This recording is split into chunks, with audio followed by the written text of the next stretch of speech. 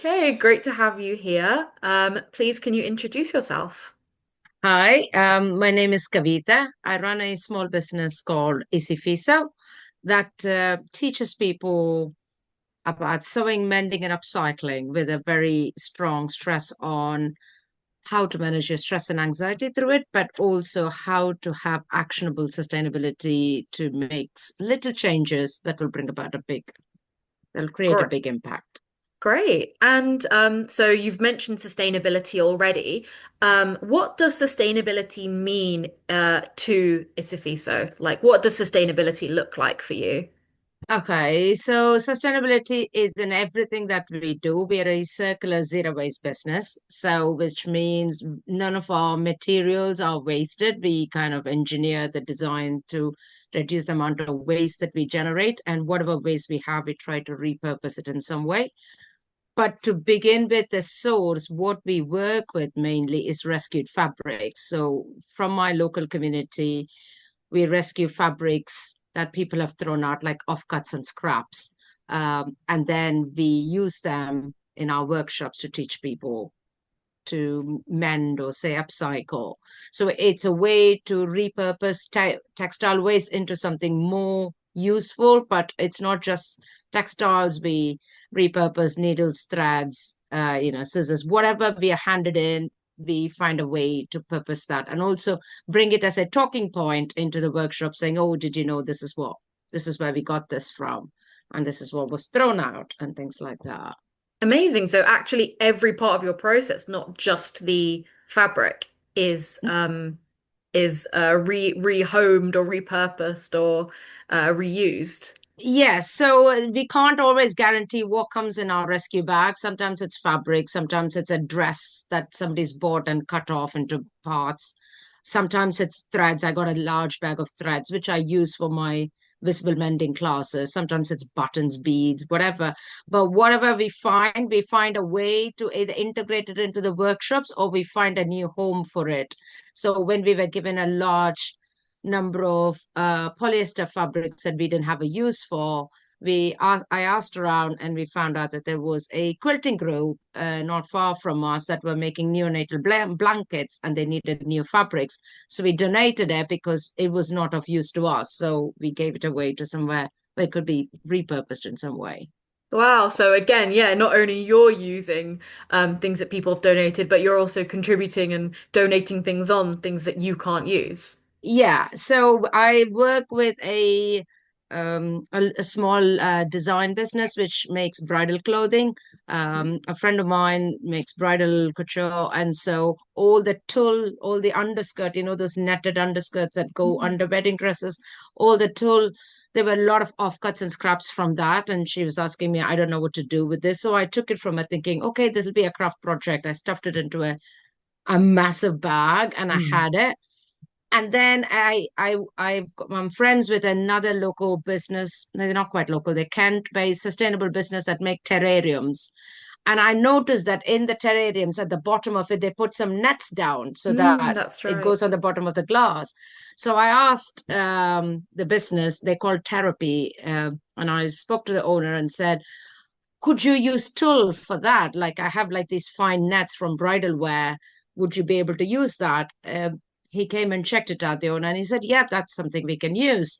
So then I gave him all of that off guards because then that stops them from buying plastic netting that they use at the bottom of Absolutely. their terrarium workshop. So now he said he doesn't have to buy for the next couple of years because of the amount of waste has been Oh my repurposed. goodness, that's such a creative use of it.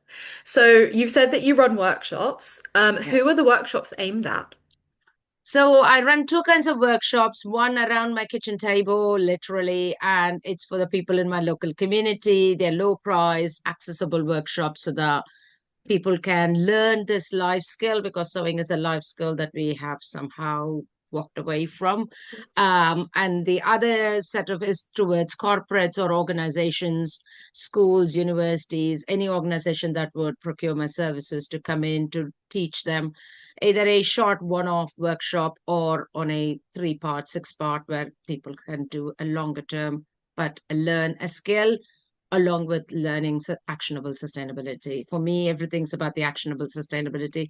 because you can talk all the time, but Mm. unless you do the work, you can't create impact. And so by teaching people to mend and reducing the waste, you're creating impact already. And so that is what I'd like to concentrate on.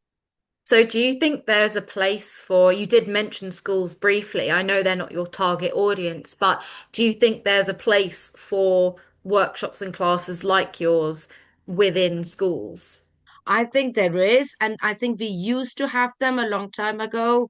Most people, adults who come to my classes, will say, "Oh, I used to do them when I was younger at school." But over the years, the focus has been removed from arts and crafts, and then it's gone purely into academics. And I think we've lost a trick there. We missed a trick because arts and anything to do with working with your hands actually improve your science and your math skills. They've proven your brain development gets better. So I think it needs to be brought back into curriculum.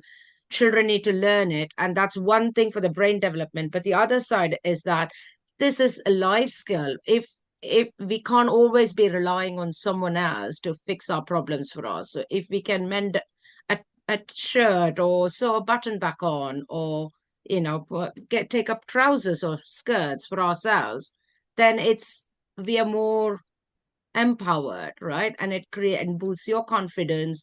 You can teach others and you create this ripple effect. So I think it needs to be brought back in school, and the earlier you learn it, the better. So I would say from 5, 7 years old, you can start this. My son started to sew when he was 5 with me, and now he can do his upcycling on himself by himself. So I definitely see that it definitely has a place in everybody's life. Yeah, and the way you've explained it, there are so many benefits. It's not just the fact that it's a life skill, or it's not just the fact that the hand-eye coordination, sort of those kind of skills are able to be developed. It's actually supporting every aspect of a young person's life, academic, mental well-being, social even. You talked about how you can, chat around the table while you're working, provides kind of a social space as well, I can Yeah, imagine. I think it's a non-confrontational social space that you create, because normally if you are,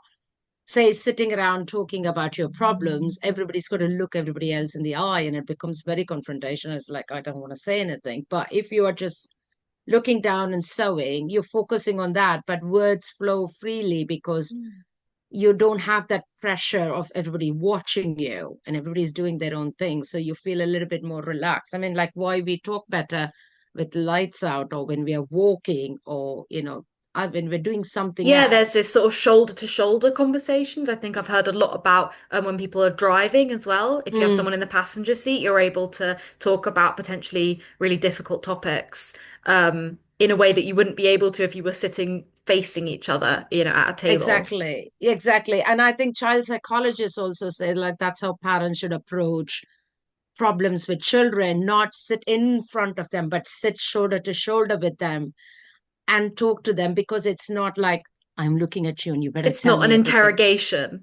Exactly. And so I think it helps on a lot of different levels. And with the rise of anxiety and stress and overwhelm in children these days, and we are seeing record levels of, mental stress in young people these days, I think this is a very mindful craft which focuses your mind on the next stitch rather than the problem that you are ruminating over. Mm. And I think it reduces stress. So they say this, and I quote this all the time: 15 minutes of a creative activity every day lowers your stress and cortisol levels by 80%. Wow. And sometimes you can feel the effects of it for 3 days after. So your body just feels the impact of the space that you've given it. And so I think everybody should be doing it. And if it's not sewing, it's got to be some creative activity. But I speak in the language of needle and thread. So for me, it'll always be sewing, mending, upcycling, something to do with that. Amazing. Well, my last question was going to be, do you have any tips or ideas for teachers and how they could use your work in their, potentially education for sustainability? But you've already given a really good idea, which is just actually, we know teaching is a stressful job. Maybe if they get into it themselves, they can lower their own stress levels. Yeah, definitely. I think teachers, once you appreciate, once you feel the effects of it, you will also become a proponent for change. You will go ahead and make that change. So definitely get started if you haven't done anything.